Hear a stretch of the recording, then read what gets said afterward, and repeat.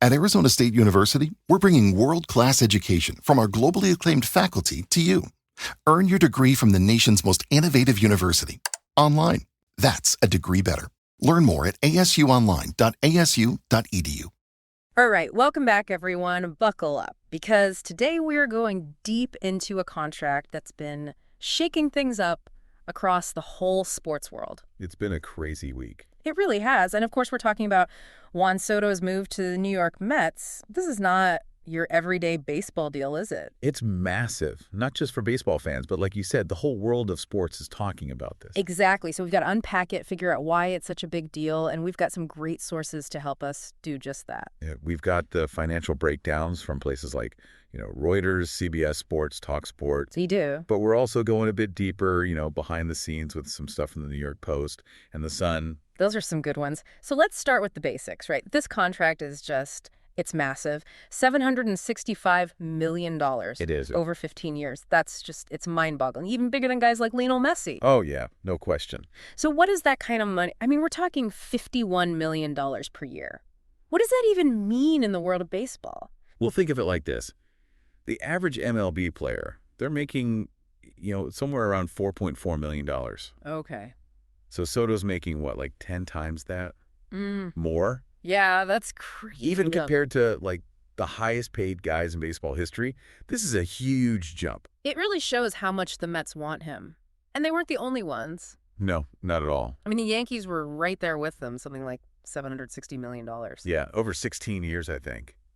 But, having multiple teams offering that much... Oh, for sure. It gives Soto a ton of power when he's negotiating. Yeah, that's right.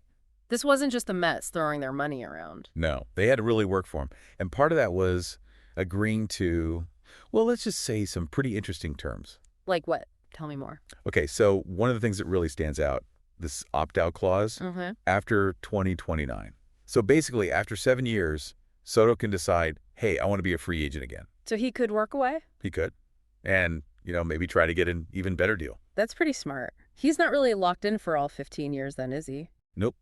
Gives him a lot of flexibility down the line.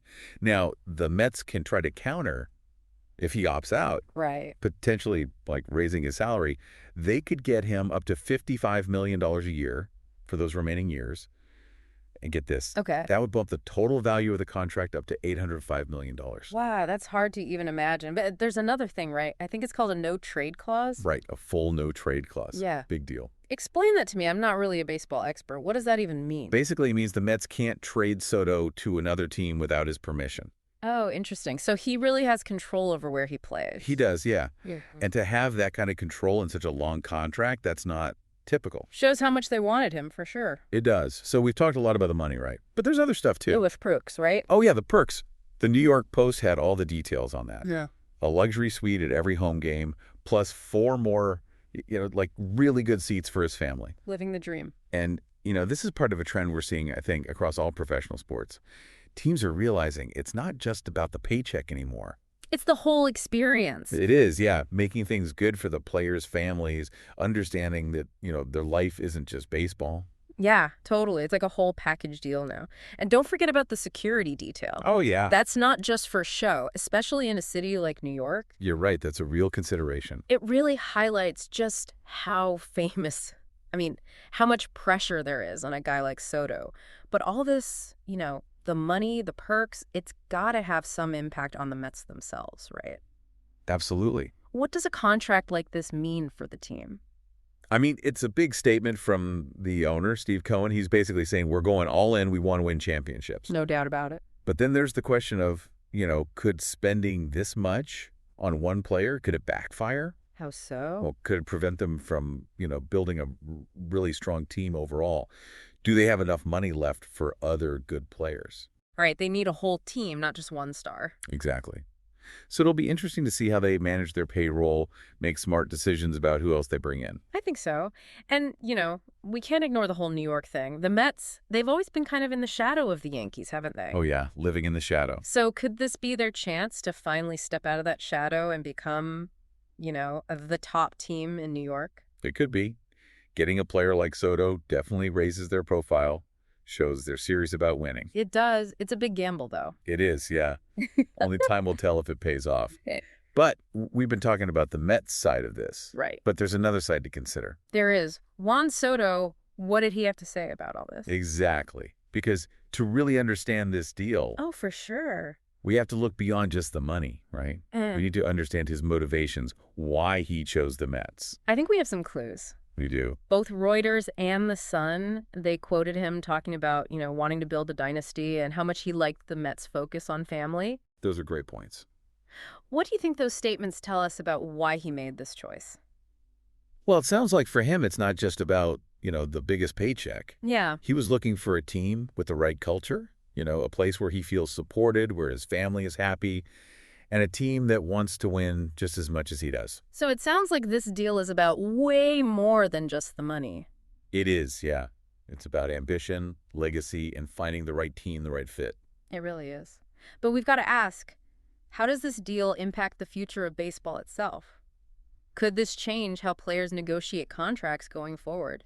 That's a great question. And you know what? That's exactly what we're going to explore in the next part of our deep dive. You can't miss it. Stay with us.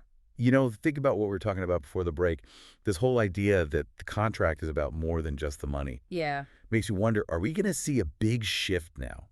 Will more players, especially the big stars, start focusing on things like lifestyle?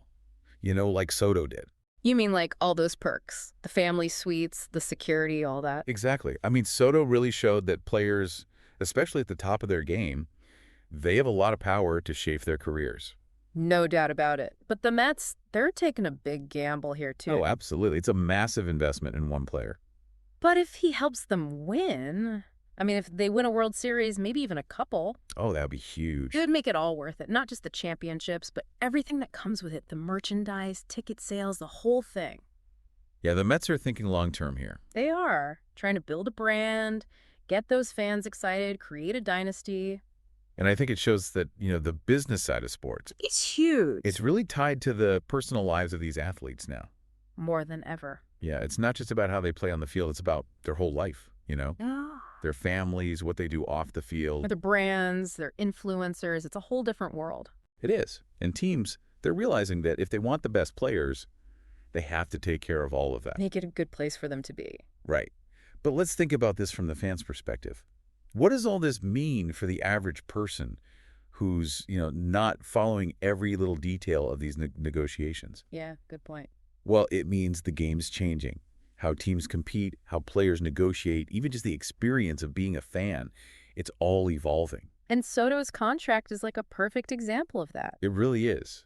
So what's the takeaway here? And that's a big question. It is. But I think it shows that professional sports, it's becoming even more complex. Definitely more competitive. And this deal, it's not just about the athletic talent. It's about business, personal stuff, creating this whole package to get those top players. Yeah. Makes you think, if you were in Soto's shoes, would you trade some salary for those guaranteed perks? More time with your family, that's security. That's a tough one. It is. Really depends on what matters to you most, right? The money or those other things. Exactly. Yeah. But it's a question that more and more athletes are going to have to think about. It's the future. And that's what we try to do here, right? Dig deep into these issues. Yeah, unpack them, understand what's really going on. Help you make sense of it all.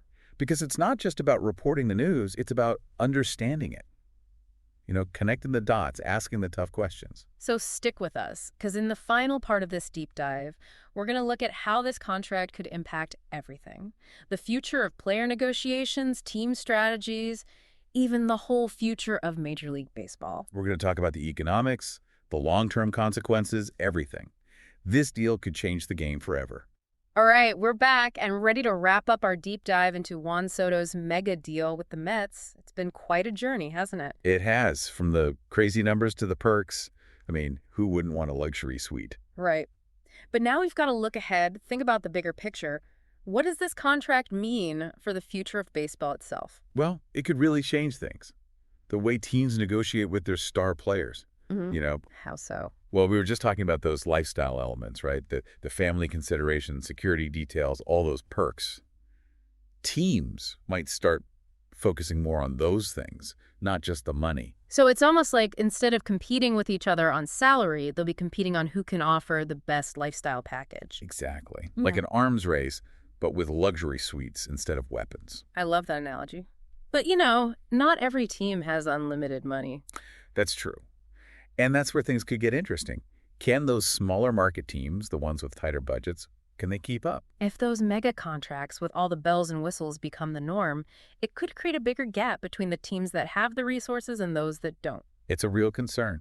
And what about the players themselves? What do you mean? Well, they're getting more and more power in these negotiations. Hmm. They're demanding more control over their careers, their lives.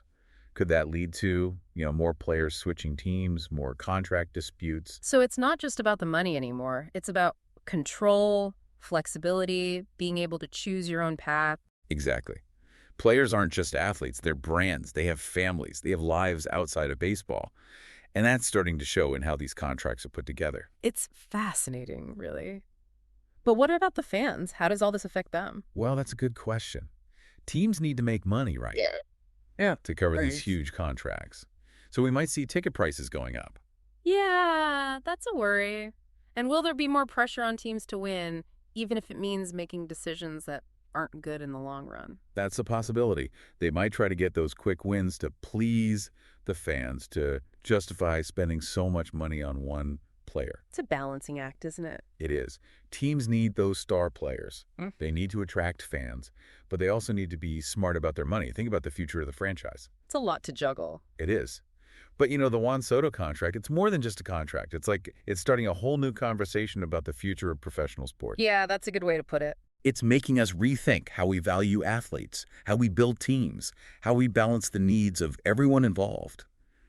The owners, the players, and of course the fans. It really is a turning point for baseball, isn't it? It is, and it's a reminder that this world, the world of sports, it's always changing, always evolving.